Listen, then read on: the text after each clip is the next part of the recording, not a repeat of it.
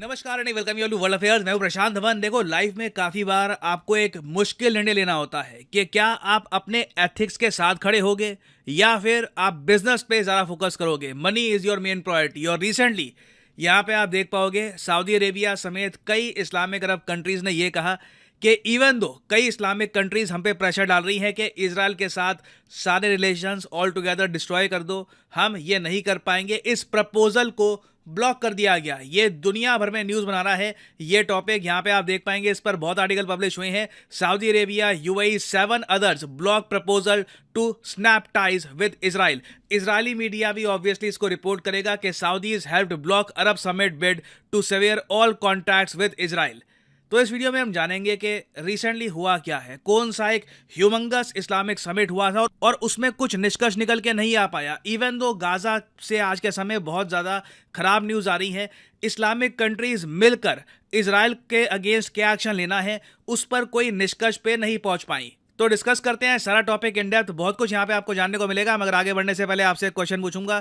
Question यहाँ पर यह है कि अरब लीग, जिसके बारे में मैं आपको बताऊंगा इस वीडियो में, अरब लीग के हेडक्वार्टर्स किस देश में आपको मिलेंगे। यह है यहाँ पे आपकी options, Egypt, Saudi Arabia, UAE या फिर कतर।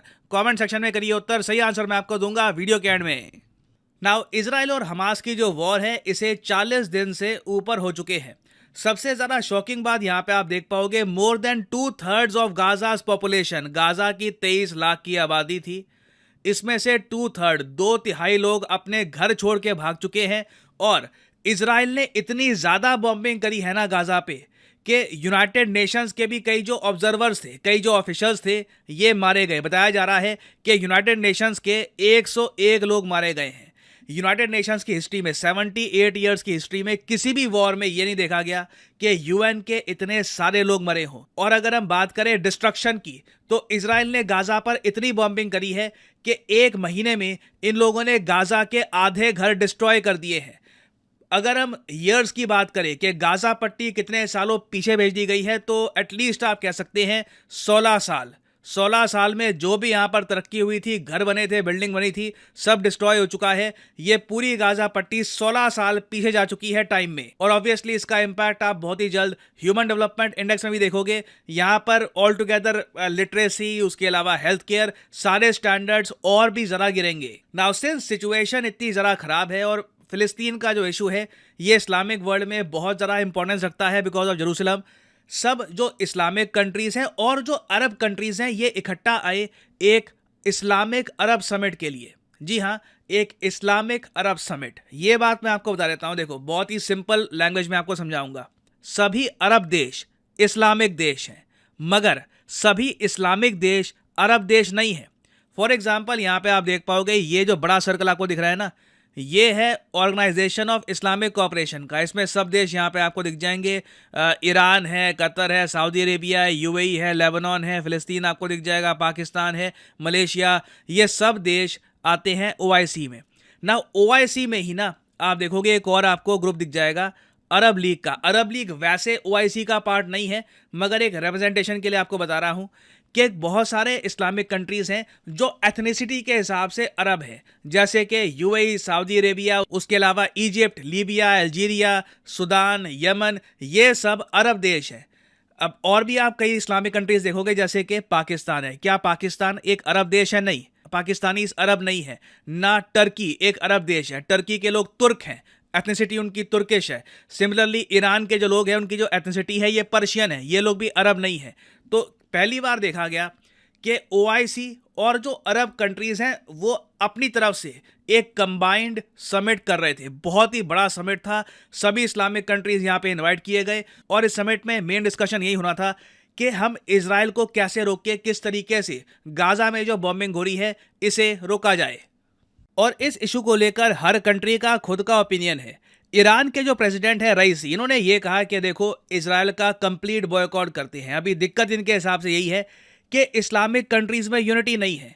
कुछ इस्लामिक कंट्रीज हैं जो इजराइल के साथ रिलेशंस बनाकर बैठ गई हैं, कुछ कंट्रीज हैं जो इजराइल के साथ रिलेशंस नहीं रखते।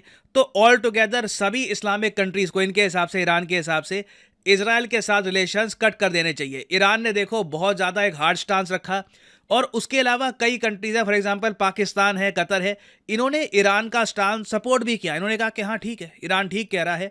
जिस तरीके से पाकिस्तान का स्टांस है, पाकिस्तान ने इजराइल के साथ सारे रिलेशंस कट कर रखे हैं, तो सेम बात यहां पर इजराइल ने कही कि एक कंबाइंड यूनिफाइड जवाब देते हैं इजराइल को। बट सरप्राइजिंगली हुआ यहां पर क्या कि ओआईसी कंट्रीज और जो अरब लीग है, इन्होंने इजराइल की आलोचना तो करी, मगर इजराइल के इशू को लेकर करना क्या है उस पर पूरा इस्लामिक वर्ल्ड बटा हुआ था। यहां पे आप देख पाओगे, डॉन न्यूज का आर्टिकल है, पाकिस्तान का न्यूज आउटलेट है, ये लोग कह रहे हैं कि ओआईसी और एएल मतलब के Arab League members slam Israel but differ on responses. और सबसे शॉकिंग बात यह है कि ईरान के प्रपोजल को ब्लॉक करने में सबसे बड़ा हाथ रहा सऊदी अरेबिया और यूएई का। ये बात देखिए अब क्लियर हो चुकी है कि सऊदी अरेबिया और यूएई दोनों कंट्रीज जो आईमैक के पार्ट हैं, मैं आपको बता चुका हूं, India middle east Europe economic corridor बहुत ही ज़्यादा इंपॉर्टेंट प्रोजेक्ट है। यूएसए इसको आगे प्रमोट कर रहा है और लगता नहीं है कि इजराइल और हमास की वॉर है उसके बाद भी ये प्रोजेक्ट कैंसिल हो जाएगा। बिल्कुल प्रोजेक्ट में डिले आएगा। अभी सऊदी अरेबिया और इजराइल के बीच में जो कंस्ट्रक्शंस होनी थी रेलवे की और चीज़ों की, उसमें देरी आएगी, no doubt about that. But लगता नहीं है कि पूरा प्रोजेक्ट ऑल टुगेदर कैंसिल होने वाला है। और इसी बात की इंडिकेशन सऊदी अरेबिया ने दे दी है इस समिट में कि बिल्कुल गाजा का इशू अपनी जगह है, बट बिजनेस इज बिजनेस। हम लोग जो एक बड़ी अपॉर्चुनिटी है आईमैक की इजराइल के साथ कल को बिजनेस करने की, ये छोड़ने नहीं वाले। यूनाइटेड अरब एमिरेट्स ने भी ये बात क्लियर कर दी है कि इजराइल के साथ ये रिलेशंस नहीं तोड़ेंगे। आपको पता होगा आज से कुछ ही साल पहले अब्राहम अकॉर्ड्स के अंडर, डोनाल्ड ट्रंप की प्रेसिडेंसी के अंडर यूएई और इजराइल के बीच में रिलेशंस नॉर्मल हो गए थे। यूएई ने भी कह दिया है कि हम पीछे नहीं जाएंगे, चाहे गाजा से जो भी नंबर सामने आए, जो भी न्यूज़ सामने आए, आधी जो गाजा पट्टी है इजराइल कब्जा ले, तब भी यूएई ने डिसाइड कर लिया है कि इनका स्टांस क्लियर रहने वाला है। एक तरफ सऊदी अरेबिया और यूएई लिटरली आप कह सकते हैं समिट में इजराइल को डिफेंड कर रहे थे। दूसरी साइड हमने ये देखा कि ईरान ने इस्लामिक कंट्रीज को ये कहा कि क्यों ना हम मिलकर इजराइल की पूरी आर्मी को डिक्लेयर कर दे एक आतंकवादी संगठन। इस टॉपिक पर भी इस्लामिक कंट्रीज में कोई भी एक एग्रीमेंट नहीं हो पाया। बेसिकली इस समिट में कुछ हुआ ही नहीं है, सिवाय निंदा करने के इन्होंने कुछ किया ही नहीं है पूरे समिट। और इसका एक लार्जर इम्पैक्ट ये हो रहा है कि मुस्लिम वर्ल्ड में देखो, ज़्यादातर जो मुस्लिम कंट्रीज में आबादी है वो आज के समय इजराइल के अगेंस्ट खड़ी है। वो लोग कह रहे हैं कि इजराइल गलत कर रहा है गाजा में। तो ईरान सिंस इतने ज़्यादा एंटी इजराइल स्टेप्स उठा रहा है ना, धीरे धीरे सऊदी अरेबिया का जो मेन रोल था as the leader of the Islamic world, ये रोल ईरान लेके जा रहा है। और आप देखोगे इन द फ्यूचर ईरान अपनी तरफ से इंडिविजुअल बेसिस पर इजराइल के अगेंस्ट कुछ बड़ा स्टेप उठाने की कोशिश करेगा। बट क्वेश्चन यहाँ पर यही आता है कि जब बाकी इस्लामिक वर्ल्ड ईरान के साथ नहीं खड़ा, तो क्या ईरान का कुछ फायदा यहाँ पे होगा? क्या ईरान जेन्युइनली कुछ अकॉम्प्लिश कर पाएगा? This remains to be seen. खैर फाइनली वापस आते हैं अपने क्वेश्चन की तरफ कि the headquarters of Arab League ये आपको कहाँ पे मिलेंगे? देखो, ओआईसी के जो हेडक्वार्टर्स हैं ये तो आपको मिलेंगे सऊदी अरेबिया में। जो अरब लीग है इसके हेडक्वार्टर्स है इजिप्ट की कैपिटल कायरो में। याद रखिएगा, यहाँ पे है अरब लीग के हेडक्वार्टर्स। और अनअकैडमी के देखिए ऑफर चल रहे हैं आज के समय। ये जो ऑफर्स हैं इनको आप यूज कर सकते हैं टू गेट डिस्काउंट। तो कमेंट सेक्शन में लिंक आपको मिल जाएंगे। आप यहाँ पर कोर्स ओपन करके you can use the code PD10 और आपको डिस्काउंट मिल जाएगा। और जो सेल्स टाइम टू टाइम आती रहती है इनका भी आप लाभ उठा पाएंगे। So this is the end of the video. Thanks for listening and as always may the gods watch over you.